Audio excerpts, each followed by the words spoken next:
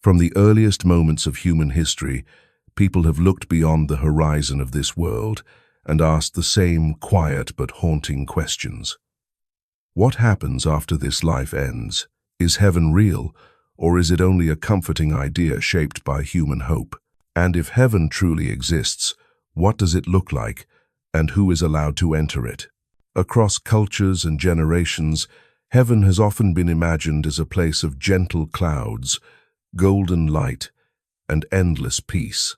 Many people picture loved ones reunited, suffering erased, and joy without end. These images are deeply comforting, yet they often come more from art, poetry, and popular culture than from sacred texts themselves. Over time, heaven has become familiar, even simplified, reduced to symbols that are easy to grasp but rarely questioned. When we turn to the Bible, however, something unexpected happens. Scripture affirms the reality of heaven, yet it speaks of it with remarkable restraint. Instead of offering detailed maps or vivid travelogues, the Bible gives us brief glimpses. A throne surrounded by light, angels crying out in worship, a city shining with the glory of God. These moments are powerful, but they are fleeting, like flashes of lightning in the darkness. This raises a deeply unsettling question. If heaven is the ultimate destiny of humanity, if it is the dwelling place of God and the fulfillment of every promise, why does Scripture say so little about its structure, its layers, or its inner workings? Why are we given fragments instead of a full picture? Perhaps the silence itself is meaningful. Perhaps heaven is so vast, so holy, and so overwhelming that human language can only hint at its reality. Or perhaps there are other ancient voices, standing just outside the boundaries of the biblical canon, that dared to speak more openly about what lies beyond the veil. This tension between our longing to know and the limited details we are given creates a space of curiosity, wonder, and even unease. If heaven is real, and if our lives are somehow moving toward it, then understanding its nature is not a trivial matter. It is a question that touches the core of who we are and how we choose to live. And so we are left with a haunting thought. If heaven truly exists, why does the Bible speak of it in glimpses rather than in full view? Hidden within the shadows of ancient history is a text that has fascinated believers, scholars, and seekers for centuries. It is known as the Book of Enoch. Unlike Genesis, Psalms, or Revelation, this book does not appear in the traditional biblical canon recognized by most Jewish and Christian communities today. Yet its influence is undeniable, and its presence lingers like an echo from a distant age. Enoch himself is one of the most mysterious figures in Scripture. In the book of Genesis, he is described in only a few verses, yet those verses are extraordinary. Enoch walked with God, and then he was no more, because God took him. There is no record of his death, no account of his burial, only the suggestion that he was taken directly into the divine presence. This brief description ignited the imagination of ancient readers who wondered what Enoch might have seen and learned beyond the limits of the earth. The Book of Enoch claims to answer that question. It presents itself as a record of visions given to Enoch during his journeys through the heavens. These writings were widely known and respected among ancient Jewish communities, particularly during the Second Temple period. Fragments of the Book of Enoch were even discovered among the Dead Sea Scrolls, confirming its importance in early religious thought. Most strikingly, the Book of Enoch is directly referenced in the New Testament, in the letter of Jude, where Enoch is quoted as a prophetic voice. This single reference has fueled centuries of debate. How could a book cited in Scripture later be excluded from the canon? The reasons are complex, involving questions of authorship, transmission, and theological boundaries. Yet exclusion from the canon did not erase the book's influence. What makes the Book of Enoch so compelling is not merely its controversial status, but the scope of its vision. Enoch does not describe heaven as a single, simple realm. According to his account, heaven is structured, layered, and ordered. He speaks of 10 distinct heavens, each with its own purpose, inhabitants, and revelations. This is where curiosity deepens. Enoch did not claim to see one heaven. He claimed to journey through 10. Rather than arguing whether these visions are right or wrong, literal or symbolic, this exploration chooses a different path. We will walk through the story as it is told, not to debate its authority, but to understand its message. Sometimes the power of a vision lies not in whether it fits neatly into doctrine, but in how it confronts the human heart.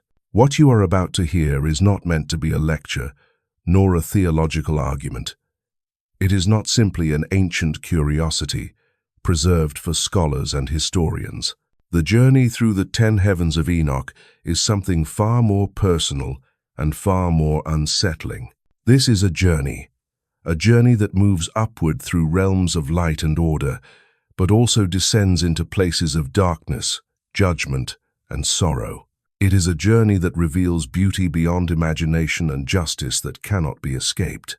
And above all, it is a journey that forces us to confront the weight of our own choices. The visions attributed to Enoch are not presented as entertainment. They are warnings as much as they are wonders. They speak of obedience and rebellion, of faithfulness and pride, of consequences that echo into eternity. Each heaven reveals not only something about God and the cosmos, but something about humanity itself. As we move forward, you will hear descriptions of radiant realms filled with worship and somber places where fallen beings await judgment. You will encounter angels who govern the movements of stars and records that preserve every human action. These images are meant to do more than impress the imagination. They are meant to awaken the conscience. This is why this exploration matters. It is not about satisfying curiosity alone. It is about reflection. It is about asking whether the way we live aligns with the reality we claim to believe in. If heaven is ordered, holy, and just, then what does that say about how we use our time, our power, and our freedom? The deeper question is not what Enoch saw, but what his vision demands from us. So let us step carefully into this ancient story, not as spectators, but as travelers, not as judges, but as listeners. And as we begin this ascent through the heavens, allow the questions to linger, because by the end of the journey, they may no longer feel theoretical. Enoch's ascent into the heavens does not begin with dazzling thrones or blazing glory. Instead, it begins with something far more foundational: order. According to his vision, the first heaven exists just beyond the firmament, the great boundary that separates the waters above from the waters below. This idea of the firmament reaches back to the opening chapter of Scripture, where creation itself is first given structure. In Genesis chapter 1, verse 7, we are told that God made the firmament and divided the waters beneath it from the waters above it. This ancient image describes a universe that is not chaotic, but carefully arranged by divine intention. As Enoch enters this first heaven, he does not encounter a small or confined space. What he sees instead is vast beyond comprehension. Before him stretches a cosmic sea, an immeasurable ocean far greater than any body of water known on earth. Its surface shimmers with a light that does not come from the sun, reflecting the presence and authority of the Creator who brought it into being. This is not a wild or violent sea, but a controlled and purposeful one, held in place by divine command. In the ancient world, the sea was often a symbol of chaos and danger. Yet here, in the first heaven, even the sea exists in obedience. It does not overflow its boundaries. It does not rebel. It remains exactly where it was appointed to be. This alone communicates a powerful truth. In the heavenly order, nothing exists without purpose, and nothing operates outside of God's will. Within this realm, Enoch encounters beings known as the elders. These figures are not described in detail, yet their presence carries weight. They radiate authority, wisdom, and stability. Alongside them are angels assigned specific roles, including the governance of the stars and the regulation of the celestial lights. These angels do not wander or improvise. They carry out their responsibilities with precision, ensuring that the stars move according to the paths set for them. Vision presents the universe as something actively governed, not mechanically running on its own. The movements of the heavens are not accidental, they are overseen. Every star has an appointed course, every light has a purpose. The first heaven reveals that creation is not sustained by chance, but by constant divine order. For Enoch, this realization is humbling. Before witnessing judgment or glory, he is first shown structure. Before seeing the throne of God, he sees the system that reflects God's wisdom. The message is subtle but unmistakable. Heaven is not disorderly. It is not random. It is not driven by impulse. It is governed by harmony and obedience. This has profound implications for how we understand God's creation. If the stars themselves are guided and restrained by divine command, then the universe is not indifferent to righteousness. Order is not merely physical, it is moral. Just as the stars do not abandon their courses, creation itself testifies that God values faithfulness, consistency, and alignment with His design. The first heaven teaches us that everything begins with order.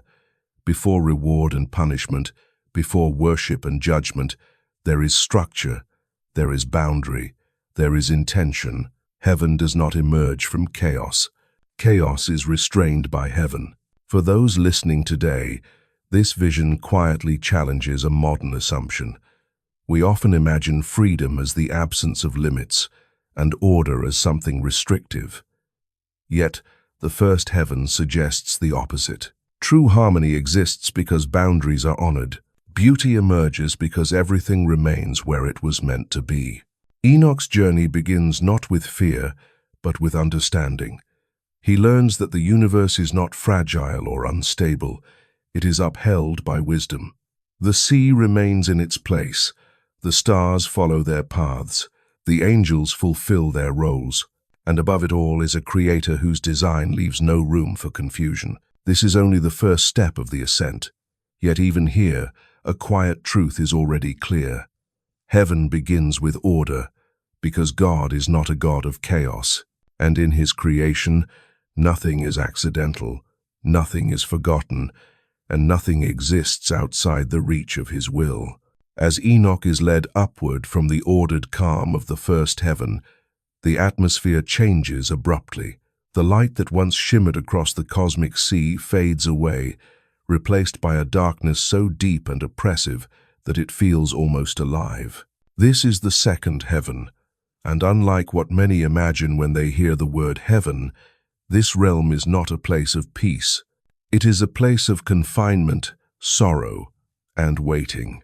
Here, Enoch encounters fallen angels, once glorious beings who stood in the presence of God but now exist in chains of judgment. Their radiance has vanished. Their faces are marked by grief, regret, and despair. The air is filled with their cries, voices heavy with the weight of irreversible choices. This darkness is not merely the absence of light, it is the manifestation of separation, the result of rebellion against divine authority. Among these imprisoned beings are the Watchers. According to ancient tradition, the Watchers were angels appointed to observe humanity and guide creation in obedience to God's will. They were entrusted with responsibility and knowledge, yet they abandoned their calling. Instead of remaining faithful, they chose their own desires over obedience. In doing so, they violated the boundaries established by the Creator. Their rebellion was not small or private. It unleashed corruption on the earth and disorder among humanity. What was entrusted to them for protection became a source of destruction. As a result, they were stripped of their freedom and confined to this dark realm, awaiting the final judgment. Enoch is deeply disturbed by what he sees. Moved by compassion and confusion, He asks his angelic guides why these beings suffer such a fate. The answer is sobering. These are the ones who turned away from the Lord. They followed their own will rather than the command of God. They aligned themselves with rebellion and are now restrained until the appointed time of judgment. This revelation carries a chilling truth. Position does not grant immunity. Power does not excuse disobedience. Even angels, beings far greater than humans in strength and knowledge, are held accountable to divine law.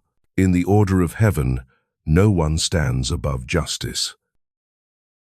The second heaven shatters the illusion that heaven is only a place of comfort. It reveals that heaven also contains accountability. The same order that governs the stars also governs moral responsibility. When that order is violated, consequences follow. This is where holy fear begins to take root.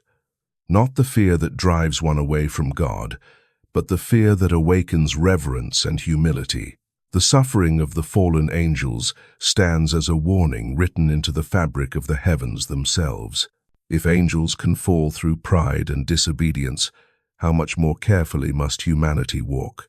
The cries of the imprisoned watchers echo through the darkness, not as a plea for escape, but as a reminder of the seriousness of rebellion.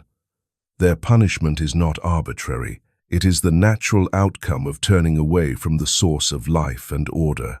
Separated from God's presence, they exist in a state of loss, awaiting the final reckoning. For Enoch, this vision is not meant to satisfy curiosity.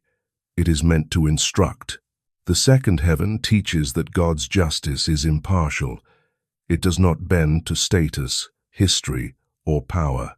Obedience is not optional, and rebellion is never without consequence. For those listening today, this vision confronts a comfortable assumption.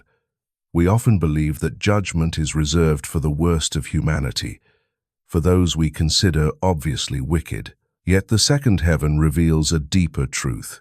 Judgment begins wherever responsibility is betrayed. Accountability applies to all, whether angel or human. This is why the second heaven is so unsettling. It strips away the illusion that spiritual privilege guarantees safety. It replaces comfort with reverence. It calls us to examine our own lives, not in comparison to others, but in light of divine holiness. The darkness of this realm is not meant to paralyze the soul, but to awaken it. Holy fear is the beginning of wisdom. It reminds us that God's grace is precious precisely because His justice is real. As Enoch continues his ascent, he carries with him the weight of what he has seen. The ordered beauty of the first heaven remains in his memory, but now it is balanced by a sobering truth. Heaven is not only a place of harmony, it is also a place where rebellion is restrained and judged. And in that truth, the second heaven speaks with a voice that still echoes today. No one stands above divine justice, not even angels. After passing through the darkness and sorrow of the second heaven, Enoch is led upward once more. What he encounters next is a striking and almost overwhelming contrast. The third heaven opens before him as a realm of beauty so intense and life-giving that it feels as though creation itself is breathing. This place is known as paradise, and it stands as one of the most vivid and emotionally powerful visions in the Book of Enoch. Here, the light returns, not harsh or blinding, but warm and restorative.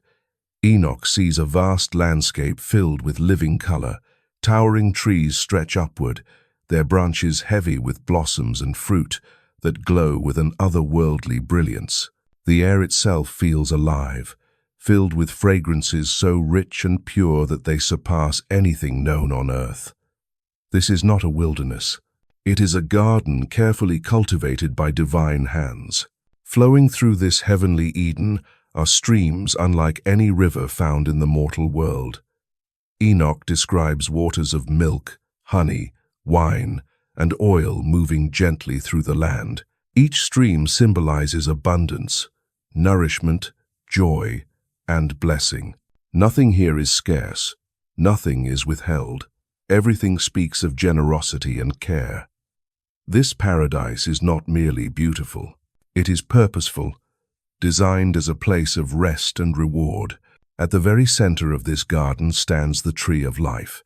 Its presence dominates the landscape, not through size alone, but through holiness. Its branches shine with hues of gold and crimson, and its roots extend toward the foundations of the earth itself.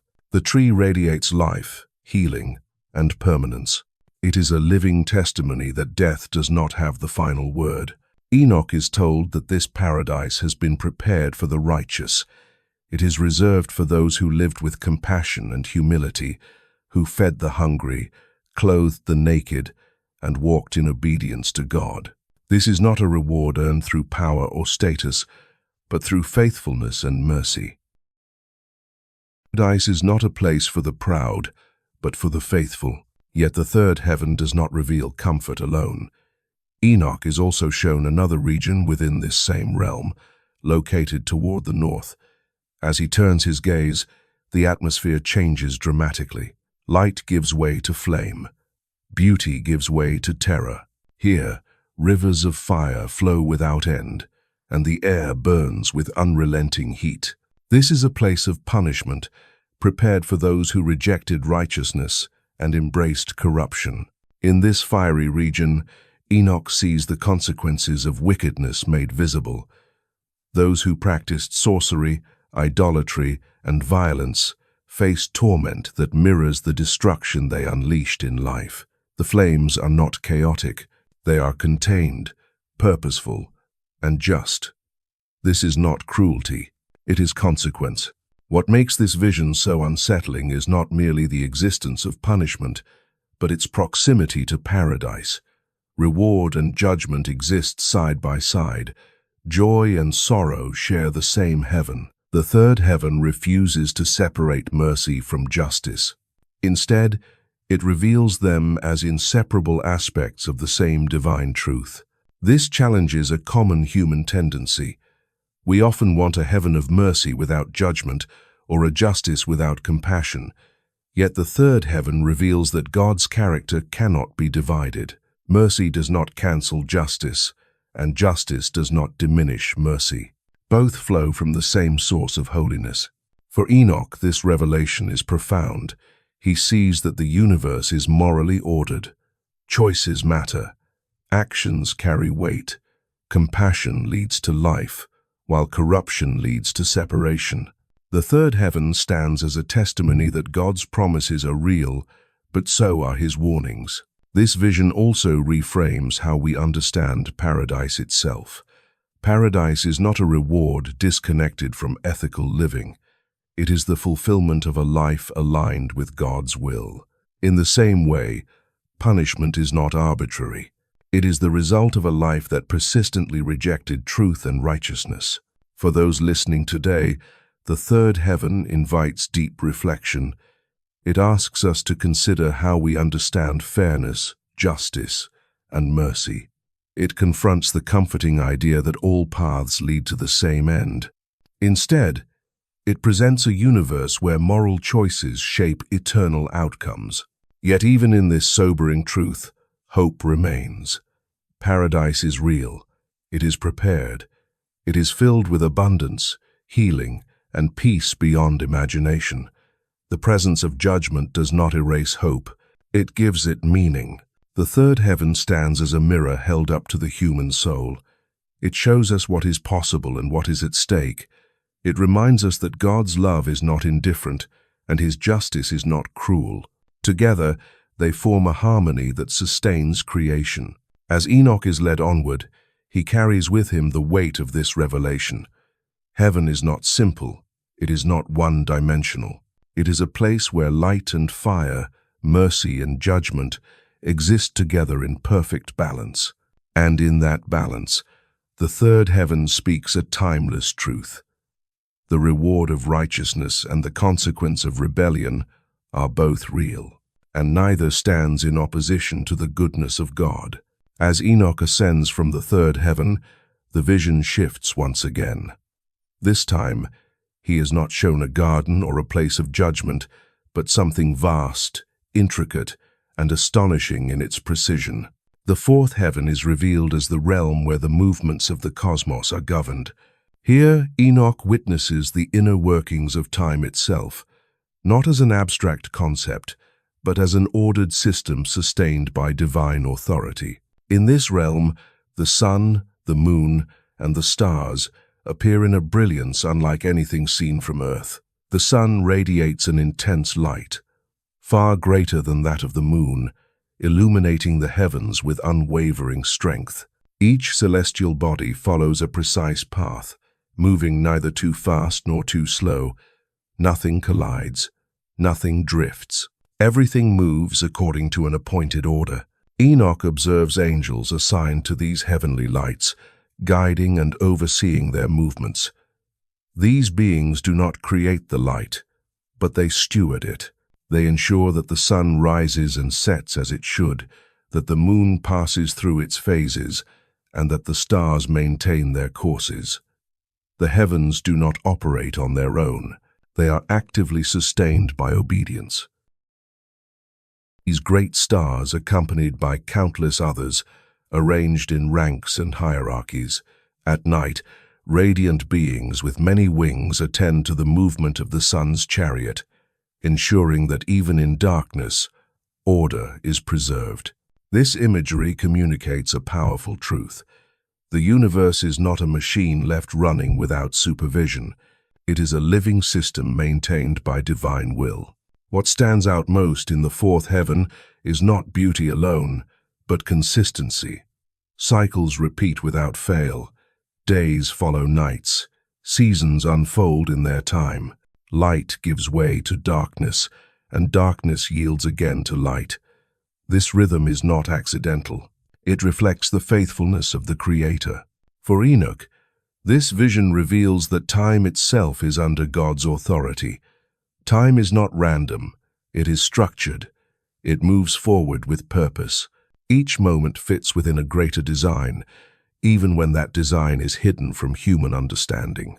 This has profound implications for how we view our own lives. If the sun does not rise by chance, then neither does the path of a human soul. If the stars have appointed courses, then human lives are not drifting aimlessly through existence. There is a rhythm, a calling, and a season for every life. The fourth heaven quietly challenges the modern idea that life is a series of accidents. Instead, it presents a universe governed by law, intention, and timing. Even delays and waiting serve a purpose. Even unseen moments matter. Enoch learns that obedience is woven into the fabric of creation. The celestial bodies glorify God not through words, but through faithfulness to their design. They do not resist their paths. They do not envy the roles of others. They simply move as they were created to move. This vision invites reflection. If the sun and the stars honor God through obedience, what does that say about humanity? Created with freedom and conscience, humans are given the opportunity to either align with divine order or resist it. The fourth heaven suggests that true peace is found not in rebellion, but in alignment. Time, in this vision, becomes sacred. Moments are not disposable.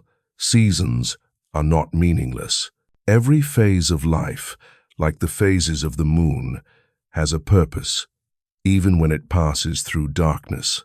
As Enoch continues his ascent, he carries with him a renewed understanding of existence. The universe is not cold or indifferent. It is carefully governed. Time is not an enemy. It is a servant of divine purpose. The fourth heaven leaves us with a quiet but powerful truth. Just as the stars follow their appointed paths, so too does every human life have a course. And fulfillment is found not by escaping that design, but by walking faithfully within it. As Enoch is lifted beyond the ordered movements of the stars, he enters a realm marked not by chaos, but by silence.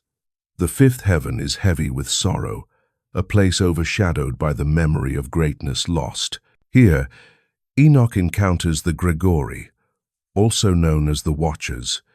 angels who once held positions of honor and responsibility within the divine order. These beings were not created for rebellion. They were entrusted with oversight. Their role was to observe humanity, to guide, to protect, and to uphold the will of God within the created world. They possessed strength, knowledge, and authority far beyond that of human beings. Yet it was precisely this power that became the source of their downfall. Enoch sees the Grigori standing still, their immense forms silent and unmoving. Their former radiance is gone. What remains is an overwhelming sense of grief. Their faces reflect regret that words cannot express.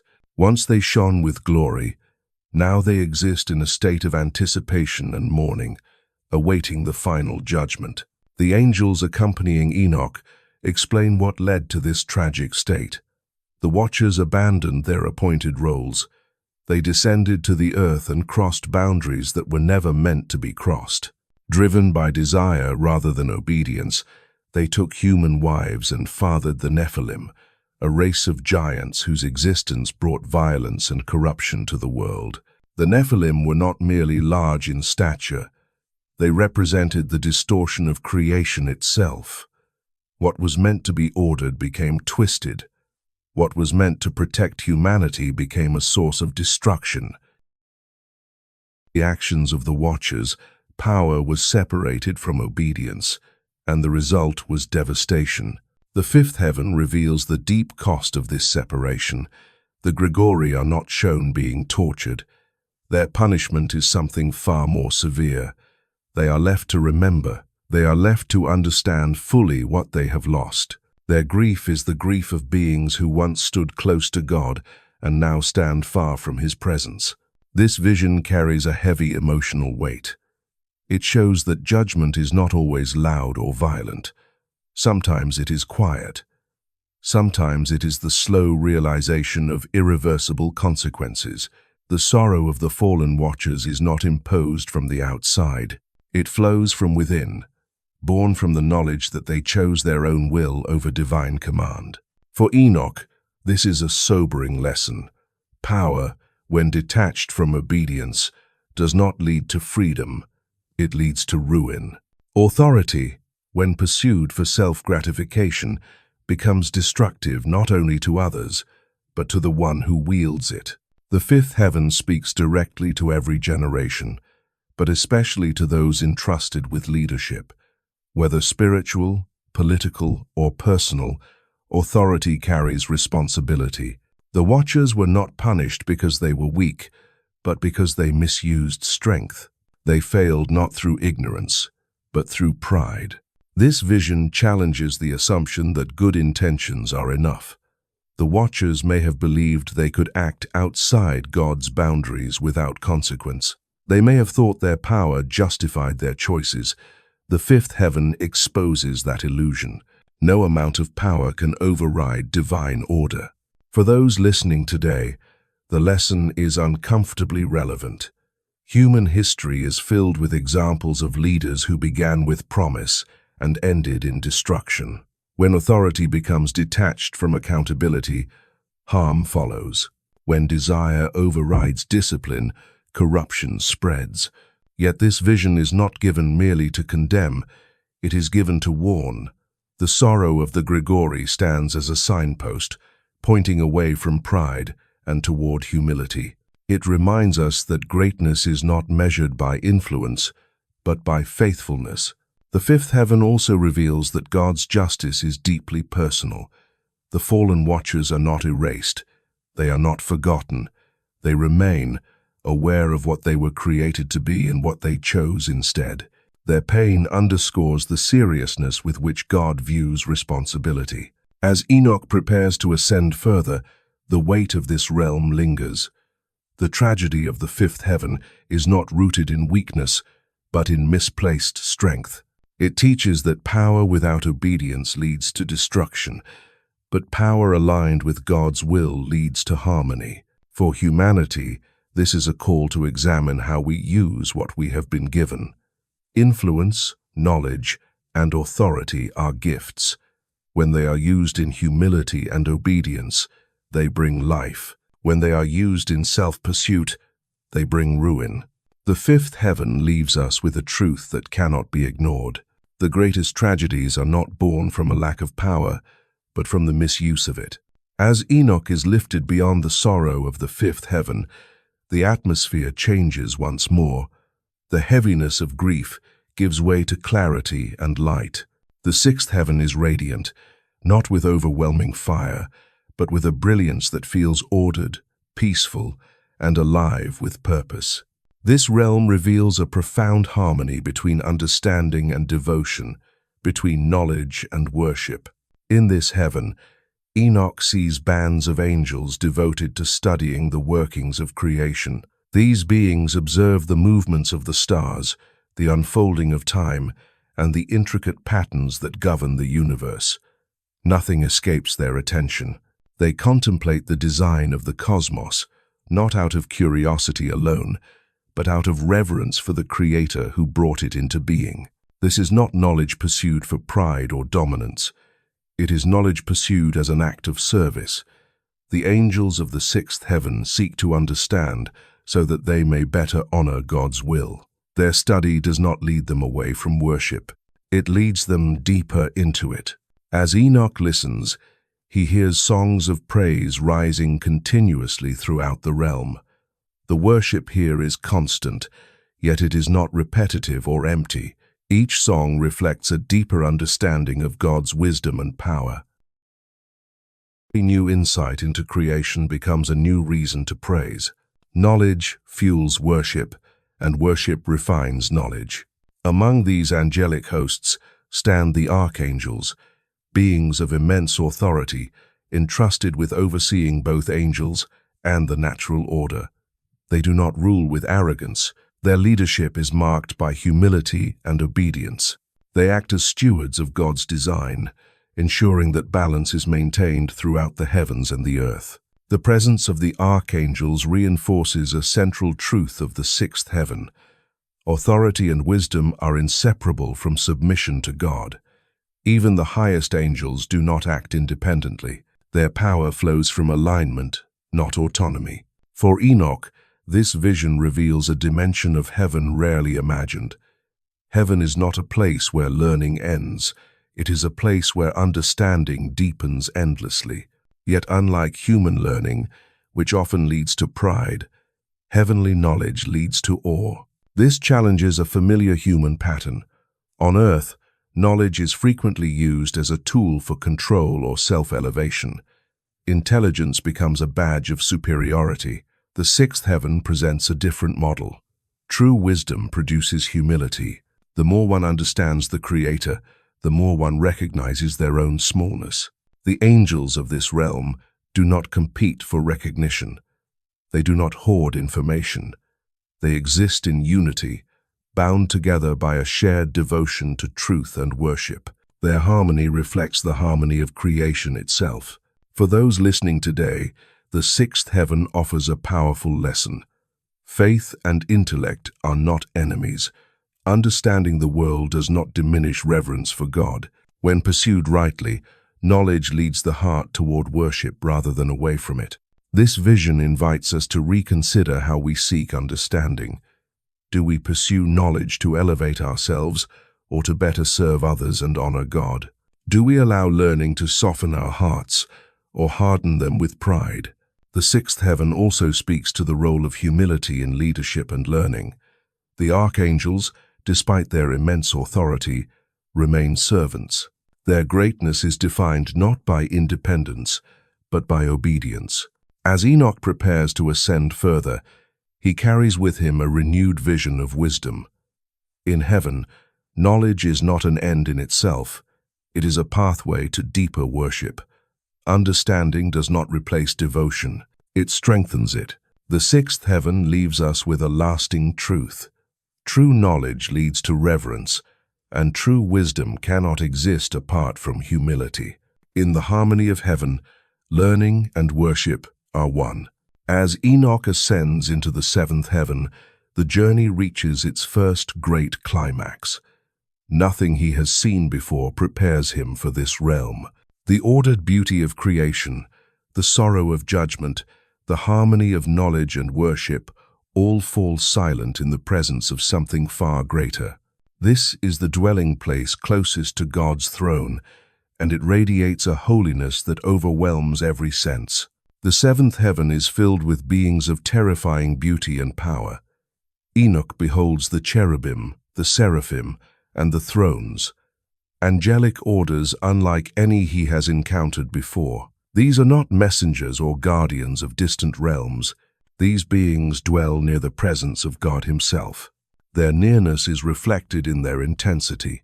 The cherubim appear as guardians of divine holiness, bearing the weight of God's glory with unwavering strength. The seraphim burn with devotion, their very existence consumed by worship. Their voices rise continuously, not in casual praise, but in reverent awe that shakes the heavens. The thrones, many-eyed and radiant, embody divine authority and justice, reflecting the order of God's rule throughout creation. At the center of this realm stands the throne of God. From it pours a light so pure and powerful that it cannot be compared to any earthly brightness. This is not light that merely illuminates. It reveals, it exposes, it consumes. Enoch finds himself unable to endure it. The glory of God presses upon him with such force that he falls to the ground, trembling in fear. In this moment, Enoch understands something deeply unsettling. No human being can stand before God in their natural state. The presence of the Creator is not merely beautiful, it is unbearable to untransformed flesh. Holiness is not gentle, it is absolute. This is where the meaning of grace begins to unfold. God does not destroy Enoch for his weakness. Instead, in an act of mercy, he commands the archangel Michael to lift him up. Michael approaches Enoch, not with judgment, but with compassion. By divine instruction, Enoch is clothed in garments of glory and anointed with heavenly oil. This transformation is not symbolic alone, it is necessary. Enoch's earthly form is altered, his mortality replaced with a radiant likeness fit for the heavenly realm. Only after this transformation can he remain in the presence of God's throne. The message is unmistakable. Humanity cannot enter God's presence unchanged. Transformation must come before glory. Grace must come before standing. This truth lies at the heart of the seventh heaven. The angels surrounding the throne do not cease their worship. Their praise fills the realm like thunder, yet it is ordered, purposeful, and filled with meaning. Every voice acknowledges the holiness of God. Every being recognizes their place before him. There is no pride here, no competition, only reverence. For Enoch, this moment is both terrifying and beautiful. He experiences fear, not because God is cruel, but because God is holy. The fear he feels is not rejection, but recognition. He recognizes the vast distance between the Creator and the created, and he understands that crossing that distance requires divine intervention. This vision confronts a comfortable misconception. Many imagine that standing before God is a natural right, something humanity deserves. The seventh heaven reveals the opposite. God's presence is a gift, not an entitlement. It is granted by grace, not claimed by merit. The transformation of Enoch reveals another crucial truth. God desires communion with humanity, but he provides the means by which that communion becomes possible. Enoch does not change himself. He is changed. The initiative belongs to God. This moment also reframes how we understand worship. The worship of the seventh heaven is not casual or familiar. It is reverent, trembling, and full of awe. Worship here is the only appropriate response to holiness. Words fall short. Posture becomes everything. For those listening today, the seventh heaven offers a sobering invitation. It reminds us that approaching God is not a matter of comfort, but of reverence. It challenges the idea that holiness can be approached casually or on our own terms. Yet within this challenge lies profound hope. God does not leave humanity outside his presence. He transforms those he calls. Grace precedes glory. Mercy prepares the way for communion. This is why the seventh heaven stands as the emotional and spiritual high point of the journey so far. It reveals both the distance between God and humanity and the bridge that God himself provides. As Enoch stands transformed before the throne, clothed in heavenly glory, the meaning becomes clear. No one enters the presence of God unchanged, but those whom God invites, he also prepares. The seventh heaven declares a timeless truth. The holiness of God is overwhelming, but his grace is sufficient.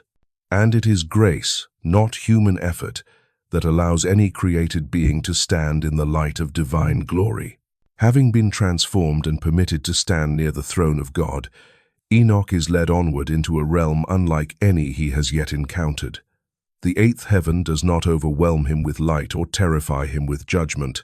Instead, it unveils something far more difficult to comprehend. Here, time itself seems to open. In this realm, Enoch becomes aware that past, present, and future are no longer experienced in sequence. Events do not unfold one after another. They exist together, woven into a single vast reality. What humans experience as moments, years, and generations appear here as a complete and unified whole. Enoch perceives history not as a series of disconnected events, but as a tapestry. Every thread, whether bright or dark, contributes to the final design. Joy and suffering, faithfulness and failure, victory and loss all find their place. Nothing stands alone. Nothing is wasted. This revelation reshapes how suffering is understood.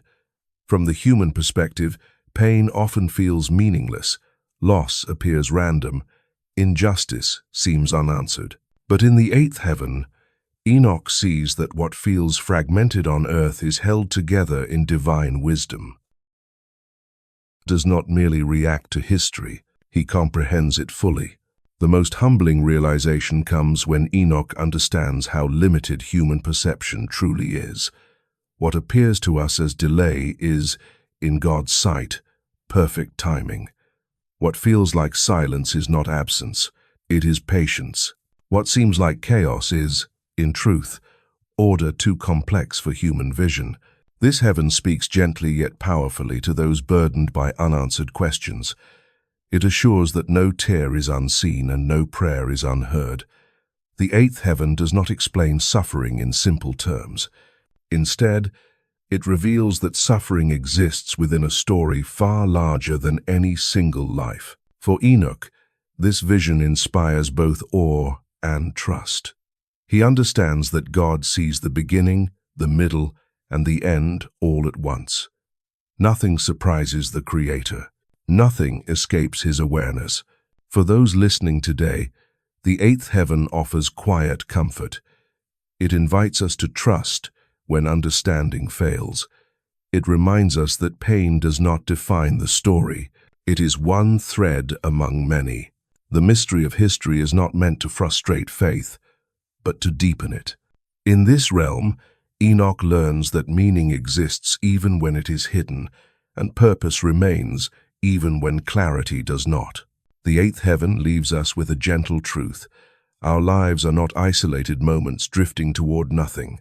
They are part of a greater design, fully known by God, even when unseen by us. From the mystery of time itself, Enoch is led into a realm that feels solemn and deeply personal. The ninth heaven is revealed as a place of records. Here, the reality of divine accountability becomes unmistakably clear. Enoch sees vast records containing the story of every human life. Nothing is missing, nothing is overlooked. Every thought, every spoken word, and every action is preserved. Deeds performed in public and choices made in secret are all present, recorded with perfect accuracy. This vision strips away the illusion that anything in life is insignificant. In the ninth heaven, even the smallest actions carry weight. Kindness offered quietly, Words spoken carelessly, intentions hidden within the heart, all stand equally visible. What makes this realm so sobering is not fear alone, but truth.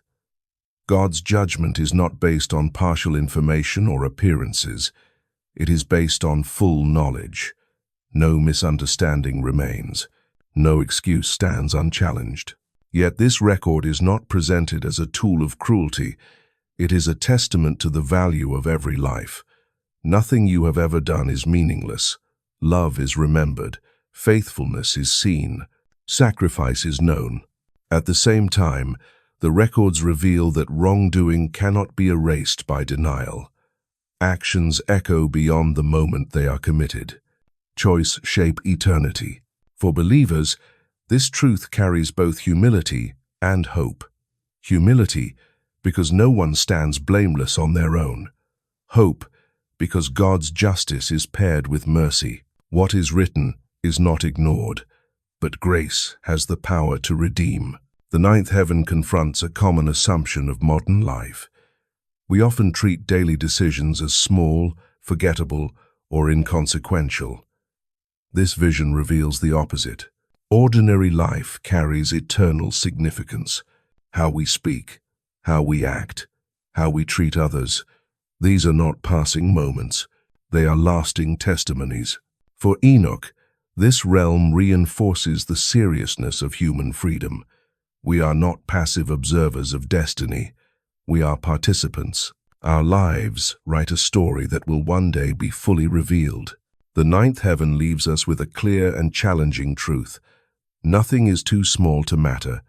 Every life has eternal weight, and every choice contributes to a story that God sees in full. As Enoch prepares to ascend once more, the meaning becomes clear. Eternity is not shaped only by grand moments, but by daily faithfulness. Enoch's journey reaches its final and most sobering destination in the 10th heaven. This is the highest realm, the place where all paths converge and where history itself comes to its appointed end. Nothing in the previous heavens fully prepares him for what he encounters here. At the center of the 10th heaven stands the throne of judgment. It is not surrounded by chaos or spectacle. Instead, it is marked by absolute authority.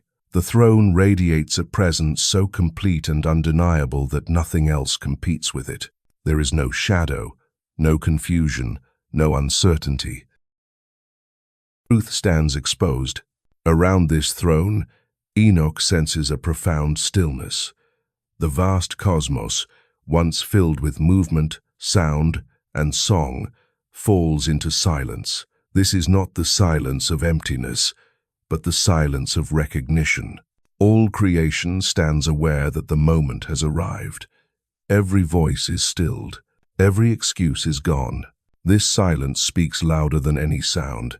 It declares that the time for choice has passed. The time for revelation has come.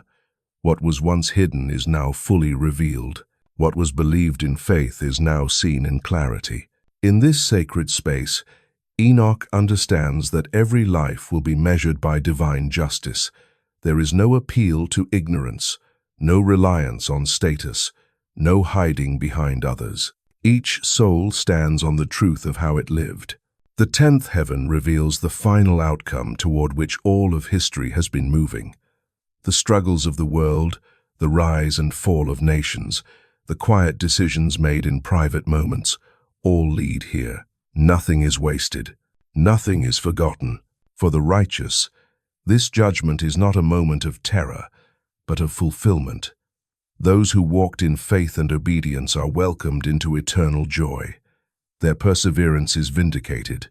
Their hope is confirmed. What they trusted without seeing is now realized in full. For the wicked, the reality is far more severe. Those who rejected God's ways and resisted truth face separation from the light. This separation is not arbitrary. It is the natural result of a life lived apart from God. The sorrow of this outcome is profound and irreversible. What makes this vision so powerful is its finality. There is no further appeal beyond the 10th heaven. No hidden path remains. The story reaches its conclusion. This is the ultimate reminder that history is not endless or circular. It is moving toward a defined end. Every generation, every civilization, and every individual life is part of this forward movement. The 10th heaven confronts one of the deepest human illusions, the belief that truth can be avoided forever, the belief that consequences can always be delayed.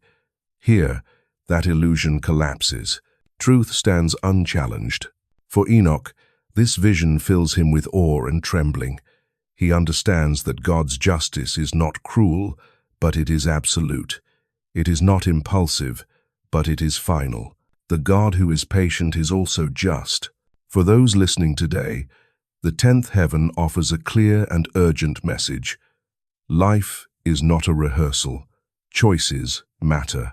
Time is limited. This is not meant to inspire despair, but seriousness. The reality of judgment gives weight to every moment. It calls us to live with intention, humility, and reverence. As the journey through the heavens comes to its end, one truth stands above all others. Eternity is real. Judgment is real. And the direction of a life is determined not by chance, but by the choices made within it. The 10th heaven stands as the final climax of Enoch's vision. It declares that history has a destination, and no one escapes the truth that waits there. After walking through the 10 heavens of Enoch, one truth becomes unmistakably clear. These visions were never meant to function as a literal map of the afterlife. They are not architectural blueprints or geographical charts meant to satisfy curiosity about the unseen world. Instead, they function as something far more profound. They are a moral mirror held up to humanity, reflecting eternal realities back onto our daily lives. Each heaven reveals a different dimension of divine order. The first shows us structure and intention. The second exposes the cost of rebellion. The third places mercy and judgment side by side. The fourth reveals that time itself is governed, not random. The fifth warns of power misused. The sixth unites knowledge with worship. The seventh confronts us with holiness that demands transformation. The eighth assures us that history has meaning. The ninth reminds us that every life matters. And the 10th declares that all things move toward a final truth. Together, these heavens form a single message. The universe is not morally neutral. Creation itself reflects the character of its creator. Order, justice, mercy, accountability, and purpose are woven into the fabric of existence. What Enoch sees is not simply where souls go after death. He sees how reality itself is structured. Heavens testify that life is lived before God, whether we are aware of it or not. Nothing exists in isolation. Nothing is meaningless. In this sense, the 10 heavens are a call to wakefulness. They confront the illusion that life is random, that choices are temporary, and that consequences can be avoided. They remind us that eternity is not distant. It presses into the present moment. These visions are unsettling because they refuse to flatter humanity. They do not present a universe that bends to human desire. They present a universe that calls humanity to alignment. In doing so, they invite us to examine not only what we believe, but how we live. The 10 heavens do not ask us to speculate endlessly about the afterlife. They ask us to reflect honestly on this life. They are not meant to entertain. They are meant to awaken. For modern listeners, the story of Enoch's journey speaks with surprising clarity. We live in a world that often treats life as disposable, truth as flexible, and morality as subjective. Time is rushed. Attention is scattered. Eternity is rarely considered. The vision of the 10 heavens challenges this mindset. It calls us to live with eternal awareness, to remember that our lives are not confined to the present moment alone. What we do matters beyond what we can see. Living with eternal awareness does not mean withdrawing from the world. It means engaging with it more responsibly.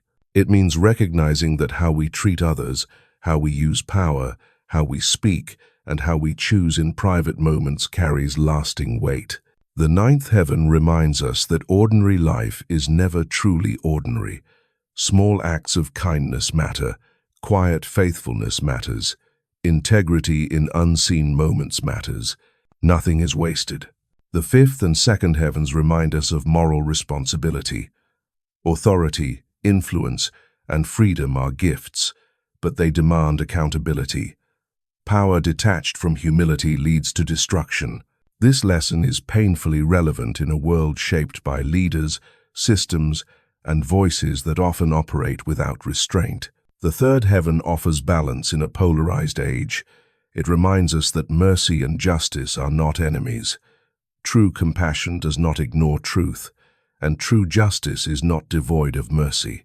This balance challenges extremes on both sides and calls for lives rooted in righteousness and grace. The eighth heaven speaks to those who suffer. It does not dismiss pain or offer shallow answers. Instead, it affirms that suffering is not meaningless. Even when understanding fails, purpose remains. God sees the full story, even when we see only fragments. And the seventh heaven confronts us with reverence. It reminds us that approaching God is not casual. Transformation is required. Grace precedes glory. This truth invites humility in a culture that often treats the sacred as familiar and weightless. Yet woven through every warning is hope. Paradise exists. Restoration is promised. Eternal joy is real. The journey of Enoch does not end in despair, but in clarity. It reveals that while judgment is real, so is redemption.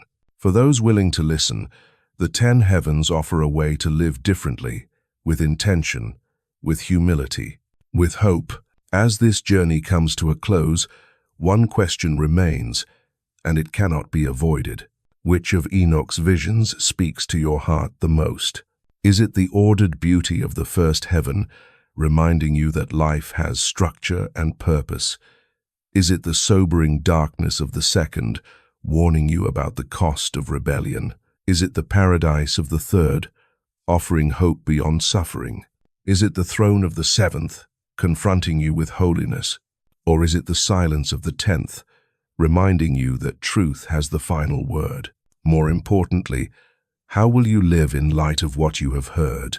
These visions are not meant to leave us unchanged. They invite reflection. They invite repentance. They invite alignment. Take time to reflect. Allow the images to settle. Ask yourself what needs to change, not out of fear, but out of reverence, out of hope.